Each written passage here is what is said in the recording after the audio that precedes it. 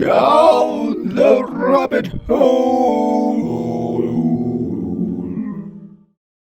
My dear friends, today we are looking at the death and exhumation of Lord Byron. This is a website called Morbid Anatomy on the curious fate of the body of Lord Byron. Guest post by Bess Lovejoy, friend and authoress of Rest in Pieces, The Curious Fates of Famous Corpses. So there we have Lord Byron. Sorry Lord, I didn't give you much time there to show yourself. There's Lord Byron, looking very handsome and poetic. And here we have the coffin of Lord Byron, and this is of his legitimate daughter, Ida. I think it's Ida. And the crowns on their coffins symbolize that they were barons. So baronet and baron. So this was we'll get to this later. This is a period photograph of their coffins in the vault of a church. And now, Mrs. Lovejoy on the curious fate of the body of Lord Byron. Lord Byron, born January 22, 1788 in Dover, England. Died April the 19th, 1824, aged 36, in Missolonghi, Greece. I'm sure I pronounced that wrong. With his extravagant tastes in clothes, his sexual magnetism, and his devotion to the cult of himself, the poet Lord Byron was the first modern celebrity. He even got fan mail. Women regularly wrote him letters offering praise and adoration, and sometimes even their own bodies. But eventually Byron went too far. After his brief marriage failed miserably, he left Britain in 1816 amidst rumours that he had forced his wife to perform unnatural acts, and carried on an incestuous affair with his half-sister, Augusta. In retreat he travelled to Switzerland, where he participated in the house party that inspired Mary Shelley to write Frankenstein, and then to Italy, where he sailed with Percy Shelley and bedded Mary's half-sister Claire. My goodness, he's having a good time, isn't he? His next adventure was in Greece, where in 1823 he joined that country's fight for independence from the Ottoman Empire. Byron tried to bolster the disorganized Greek forces, but only a year after arriving, he was confined to his sickbed. The cause, at least according to many modern experts, was malaria contracted in the Greek marshlands. His doctors didn't understand the cause of his illness, and had Byron been given quinine in time, he might have been saved. Instead, he was fed castor oil and antimony, and bled repeatedly despite his protests. "Have you no other remedy than bleeding?" he shouted at his physicians, as they pulled pints of blood from his temples and jugular. None of it did any good. Byron died just after 6 in the evening, as a thunderstorm was breaking over the city. Superstitious locals interpreted the ruff of the heavens as a sign that a great man had died. The city of Missolonghi, where Byron's life ended, was plunged into despair. The morning after his death, 37 guns were fired from a nearby fortress, one for each year of his life. Black-bordered notices distributed throughout the city ordered Easter week celebrations cancelled, and all non-essential shops and public offices closed. Meanwhile, Byron's friends debated what to do with his body. Throughout his life, the poet had left conflicting wishes. At times he asked to be buried in England, while at other times he refused. In 1819 he had written to his publisher, "I am sure my bones would not rest in an English grave, or my clay mix with the earth of that country. I would not even feed your worms if I could help it." The day before he died, he declared, "Let not my body be hacked or be sent to England." Both requests were denied. The doctors who hacked Byron's body with an autopsy found a congested brain, a flabby heart, and a diseased liver. Before stitching him back up, the doctors removed his heart, brain, and other internal organs, placing them in 4 urns. A mistranslated funeral oration had led to a story that the heart stayed in Greece, but in fact the Greeks got a different set of organs, his lungs and larynx. Pietro Capselli, the man in whose house Byron died, said, "We wished to have his lungs and larynx, because he had used his breath and voice for Greece."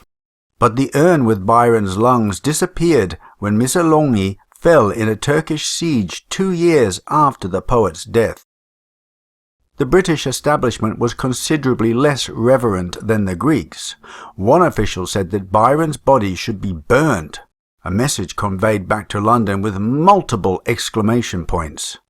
However, Byron's friends decided that the most honourable thing to do was to send the poet back to England, regardless of his wishes.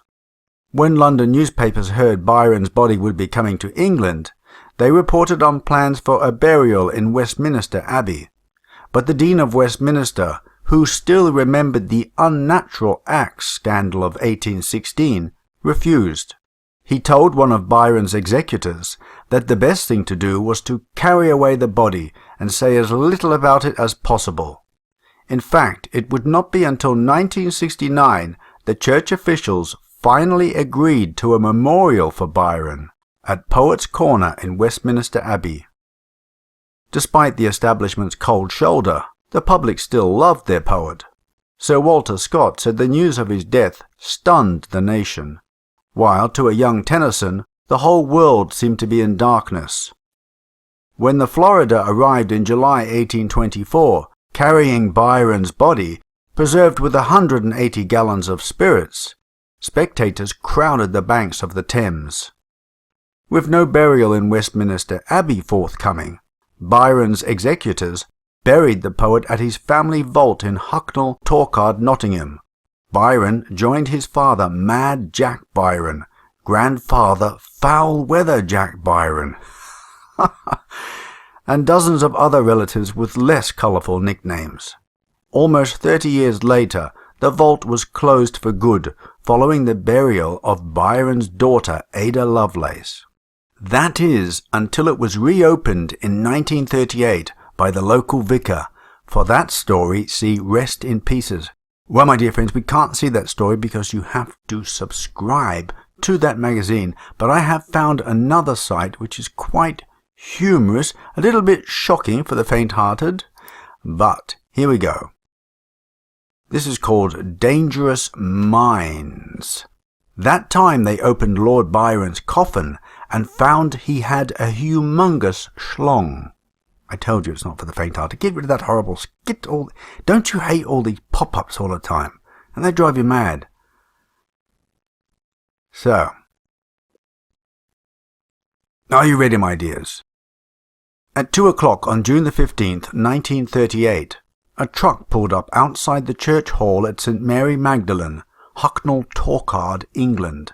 The vehicle was packed with planks of wood, picks, shovels, crowbars, and other assorted tools. The Reverend Canon Thomas Gerard Barber watched from a side window as a small group of workmen unloaded the vehicle. The driver leaned against the truck smoking a cigarette. His questions to the men removing the tools went unanswered. Barber had ensured all those involved in his plans were pledged to secrecy. No one had thought it possible, but somehow Barber had managed it. This was the day the Reverend would oversee the opening of Lord Byron's coffin, situated in a vault beneath the church. Once the men were finished, the driver stubbed his cigarette, returned to his cab, and drove back to the depot in Nottingham. Over the next 2 hours, the antiquary, the surveyor, and the doctor arrived, followed by the mason. It was all rather like the appearance of suspects in a game of Clue. Their arrival was staggered so as not to attract any unwanted attention. Barber was concerned that if the public knew of his intentions, there would be an outcry, or at worst a queue around the church longer than the one for his Sunday service. Near 4 o'clock, the workmen returned. Interesting to note that Barber, in his book on the events of the day, Byron and Where He is Buried, used the lower case to name these men rather than the capitalization preferred for the architect, the mason, and those other professionals. Even in the text, the working class must be shown their place. Inside the church, Barber discussed with the architect and the mason the best way to gain access to Byron's family crypt. An old print of the interior of the church shows two large flagstones covering the entrance to the vault. One of these stones can be seen at the foot of the chancel steps. It is 6 feet long, 2 feet 4 inches wide, and 6 inches thick. It was conjectured that the other large stone was covered by the chancel steps, and that it would be necessary first of all to remove the steps on the south side of the chancel in order to obtain an entrance to the vault. Before the work started, it was impossible to obtain any information whatever as to the size of the vault, and to its actual position relatively to the chancel floor. Barber was a strange man, an odd mix of contrary passions. He was, as the 14 Times noted, a passionate admirer of Byron and a determined controversialist. A dangerous combination, it transpired, in a man placed in charge of the church where the poet had been buried. For whatever reason, Barber believed that he had some connection with the great poet.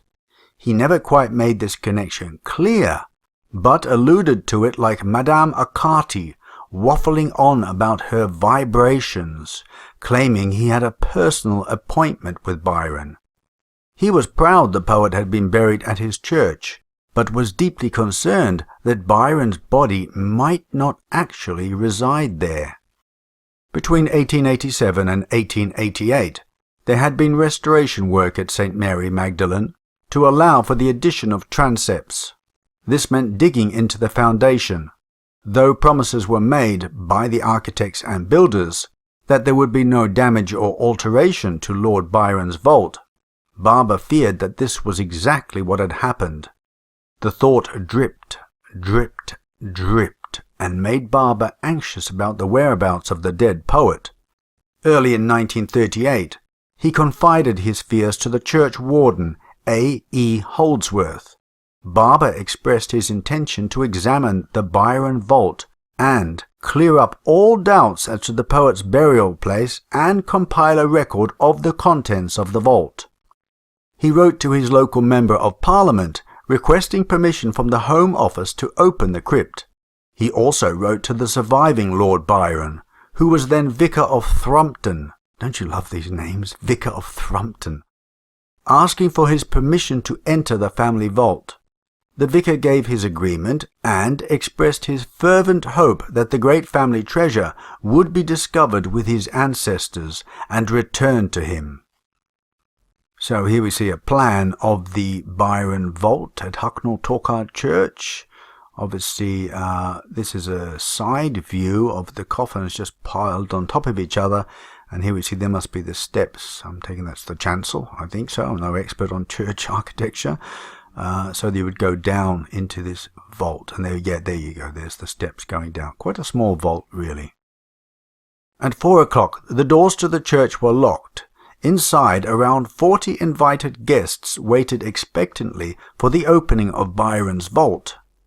According to notes written by Holdsworth, among those in attendance was one name that Bart Simpson would surely appreciate. There was the Reverend Canon Barber and his wife, Mr. Seymour Cox, MP. Ho ho ho. Remember that name, because towards the end of the tale you'll soon see that old Seymour was certainly most suited for this viewing. M.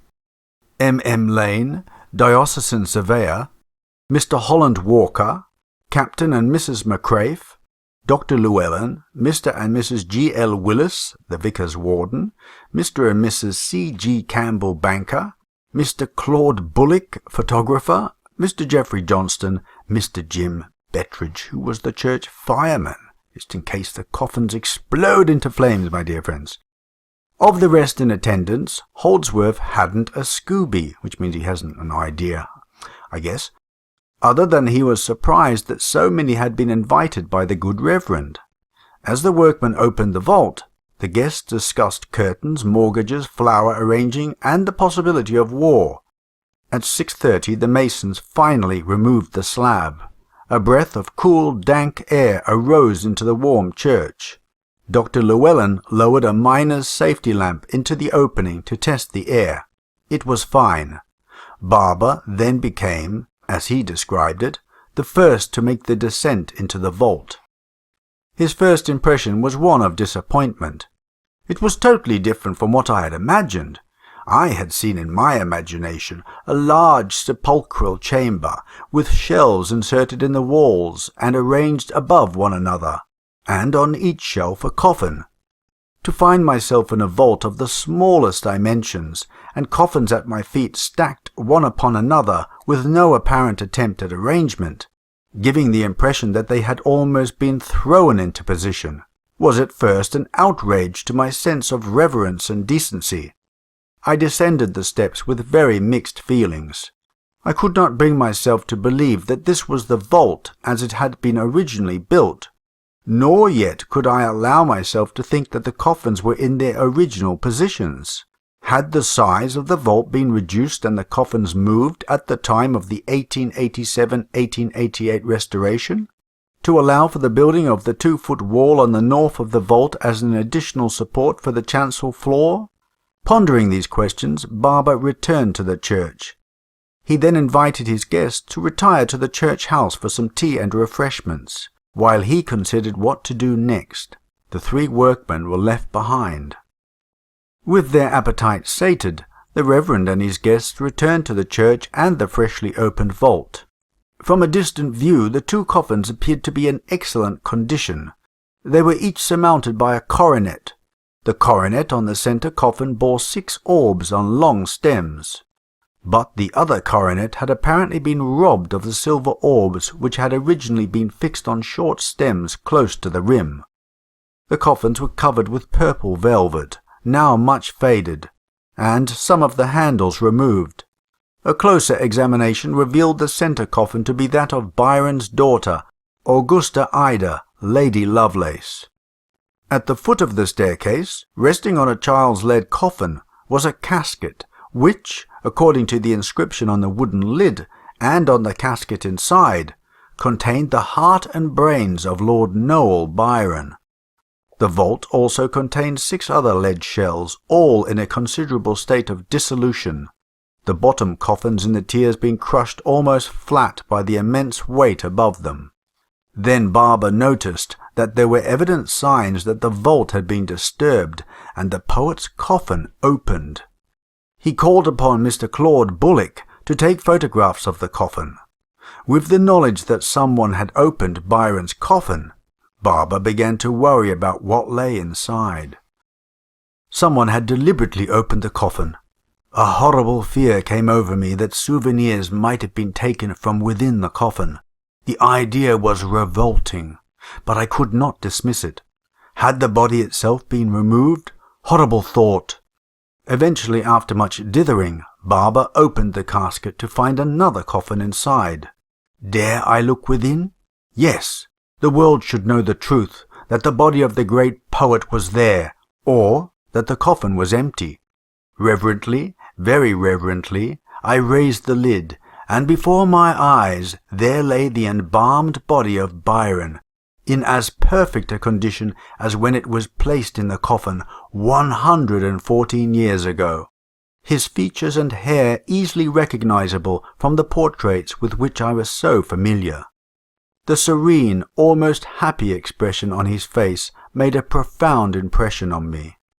The feet and ankles were uncovered, and I was able to establish the fact that his lameness had been that of his right foot. But enough! I gently lowered the lid of the coffin, and as I did so, breathed a prayer for the peace of his soul. His fears were quashed. Barber was happy with what he had done, basically dug up a grave for reasons of personal vanity. The Reverend Barber does come across as a bit of a pompous git. He was also disingenuous, as the one thing he failed to mention about Byron's corpse was the very attribute that shocked and titillated others. Barber was correct, someone had already opened Byron's coffin, but this did not happen during the church's restoration in 1887-1888, but less than an hour prior to his examination of Byron's corpse. Holdsworth and his hired workmen had entered the crypt while Barber and his pals had tea. Holdsworth went down into the crypt, where he saw that Byron's coffin was missing its nameplate, brass ornaments, and velvet covering. Though it looked solid, it was soft and spongy to the touch. He called upon the two workmen, Johnson and Bettridge, to help raise the lid. Inside was a lead shell. When this was removed, another wooden coffin was visible inside. After raising this, we were able to see that Lord Byron's body, which was in an excellent state of preservation, no decomposition had taken place, and the head, torso and limbs were quite solid. The only parts skeletonized were the forearms, hands, lower shins, ankles and feet, though his right foot was not seen in the coffin. The hair on his head, body and limbs was intact, though grey. His sexual organs showed quite abnormal development. There was a hole in his breast and at the back of his head, where his heart and brains had been removed. These are placed in a large urn near the coffin. The manufacture, ornaments and furnishings of the urn is identical with that of the coffin. The sculptured medallion on the church chancel wall is an excellent representation of Lord Byron as he still appeared in 1938. There was a rumour long shared that Byron lay in his coffin with a humongous erection. This, of course, is just a myth. As Holdsworth later told journalist Byron Rogers of the Sheffield Star newspaper, the idea came to the three workmen to open the poet's coffin when Barber and company had disappeared for tea. "We didn't take too kindly to that," said Arnold Holdsworth. "I mean, we'd done the work, and Jim Bettridge suddenly says, 'Let's have a look on him.' 'You can't do that,' I says. 'Just you watch me,' says Jim. He puts his spade in. There was a layer of wood, then one of lead, and I think another one of wood, and there he was, old Byron. 'Good God, what did he look like?' I said. 'Just like in the portraits. He was bone from the elbows to his hands and from the knees down, but the rest was perfect. Good-looking man, putting on a bit of weight. He'd gone bald. He was quite naked, you know.' And then he stopped, listening for something that must have been the clatter of china in the kitchen, where his wife was making tea for us, for he went on very quickly. 'Look, I've been in the army, I've been in the bathhouses, I've seen men, but I never saw nothing like him.' He stopped again, and nodding his head meaningfully, as novelists say, began to tap a spot just above his knee. 'He was built like a pony.' 'How many of you take sugar?' said Mrs. Holdsworth, coming with the tea. Whether any of Reverend Barber's guests saw Lord Byron's corpse in the flesh, so to speak, and what they made of it, has never been recorded, other that some of the women felt faint when leaving the crypt. But there may have been a slight admiration dancing in their eyes. Barber later returned to the vault on his own at midnight to keep his personal appointment with Byron, and to most likely ogle the size of the great poet's knob. Lord Byron, poet, adventurer, rebel, adulterer, and a man hung like a horse. Ah, dear, you can't rest in peace, can you, Lord Byron? They're digging you up to look at your personal bits and bobs. It's not right. Well, I hope you enjoyed that, my friends. Something different. Something different. Before I press play, just let me quickly explain what this is. This is a video of the vault where Lord Byron and his daughter are buried or resting, and this website is by the church itself, the church Hucknall. They've only got a few videos, and this is the only one they have of the vault. So let's quickly play. It's not long, it's only 26 seconds long. I've put it on a slower speed because it goes rather quick, but here you'll be able to catch a glimpse of the coffins of the father and daughter.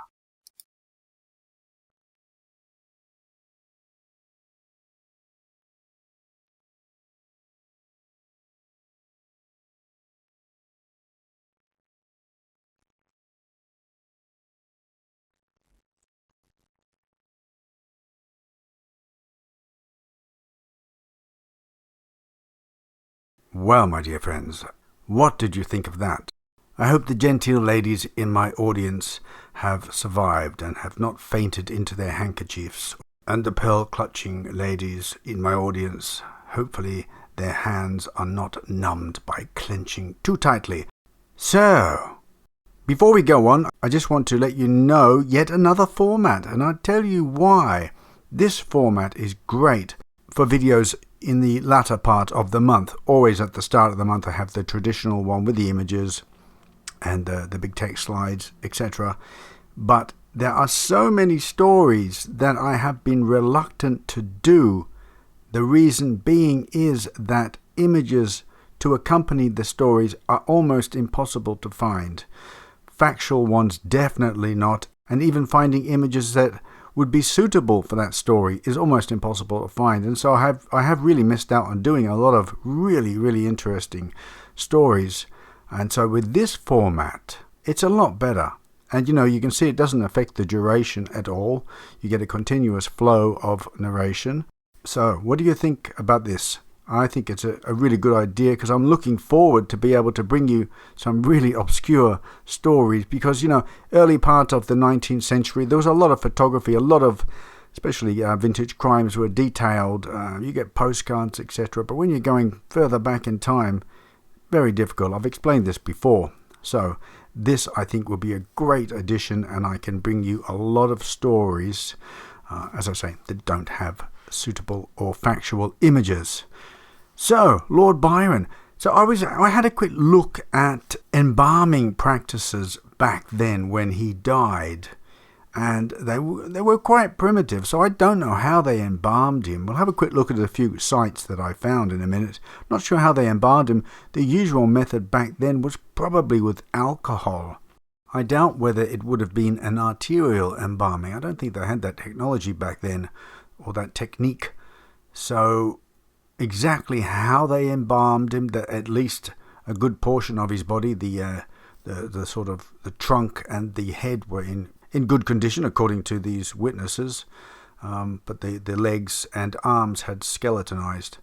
So yeah, and it's what is quite unusual is that his privy member was still intact. Very interesting. Let's go and have a look at some of these sites and see what they have to say about embalming. I know you've been waiting for this. So this site here actually has some recipes, some ancient recipes for embalming. In case any of you wish to try it at home, the website is www.ncbi.nlm.nih.government. So there's another embalming powder. You might be able to try this in your cellar. Yeah, so let's get to that. We're not going to sort of labour the point here. We're just showing you some of the things, how they did it. These were, and really it was only in rare cases that they embalmed, usually for very important people. Most people were just dumped in a pit. They paid more attention apparently to the gravestone to honour the person than they did trying to preserve the body. So you can see here Venice turpentine, which smells lovely, by the way. I have some. Oil of chamomile, oil of lavender. Vermilion was used as a dye. You see here I mentioned alcohol. So a lot of them used alcohol, which is still a very good preservative. So I tried to find out how exactly they embalmed Lord Byron. There is no information on that. And they didn't take any photos of his body once they opened the coffin, although they did take photos of the tomb. I don't know why. Maybe they did take photos, but they've never been found or they've been destroyed. But and the reason that they opened it up, the reason that they gave for opening up the vault and the coffins was that they wanted to prove that Lord Byron was actually in that coffin. So it was probably curiosity too. Yeah, so just quite interesting. I know it's not going to interest many people looking at embalming sites. This one is link.springer.com. It's explaining how they wanted to. The transition from life to death allowed the soul to fall asleep only to awaken for the final judgment. So they wanted to give the appearance that the person was actually in an eternal sleep and not rotting away. Very interesting. Embalming, 19th century. At the end of the 1830s, embalming became fashionable in France. Unlike traditional embalming reserved to the elites since the Middle Ages, the new private form of embalming concerned ordinary people I don't think so. I don't think everyone could afford it. Maybe in France, but I can't imagine it. Can you? It still must have been for the wealthy. Here's another one. This is arterial embalming. I've actually witnessed that. I witnessed an arterial embalming of a young lady. It was very tragic. She had just got married the day before. This was in Sydney. She just got married the day before, and her new husband were riding on his motorbike through the national park. God, I can't remember the name. I've been through it myself many times. Unfortunately, they had a crash. I'm not sure whether a car was involved. He was killed instantly. She was thrown from the motorcycle and just landed on a rock, and the rock hit her temple and killed her immediately. So her body was in perfect condition. It was a terrible shame. They actually had her embalmed because she was Italian, and they wanted her put in a mausoleum and to be buried, or not buried, to be kept in the vault in her wedding dress. And what is even more tragic, that her brother the next day committed suicide hearing about her death. Very tragic. Yeah, so the embalming techniques that they did, what is the name of that little girl? Rosalie? Something like that, in Italy, in the tombs, in the mausoleums they have there. She's been preserved, the 2-year-old. That was done in the 1920s. I might cover that story, actually, because this is another perfect format for that type of story where there's not many images. But the technique they used for that girl, I believe it's been lost to time, but I think there was stuff that they used in it that is no longer legal. And so the embalming process now, if I'm correct, is what I've been led to believe, the embalming process now doesn't last as long as the embalming process that they used back then to preserve bodies. So it's basically, the embalming is to make sure that it stays intact for, I think, a matter of months.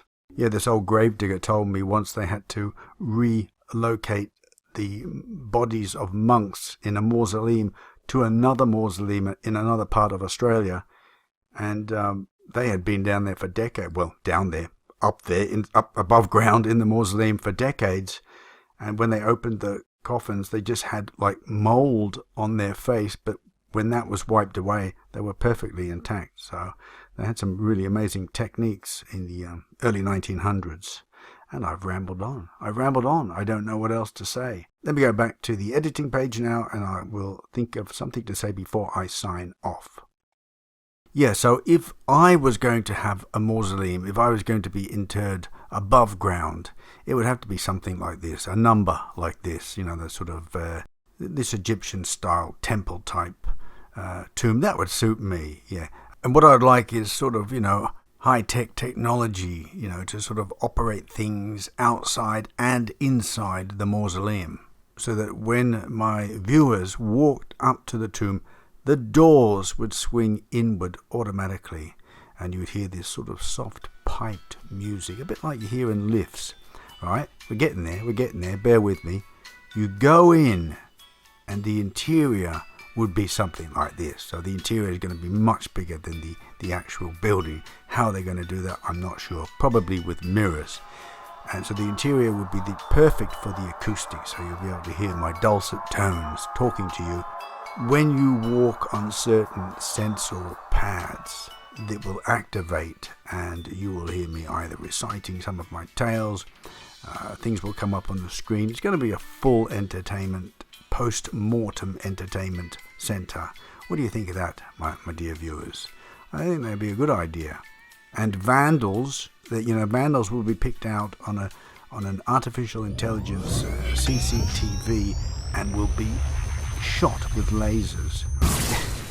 I'm getting carried away.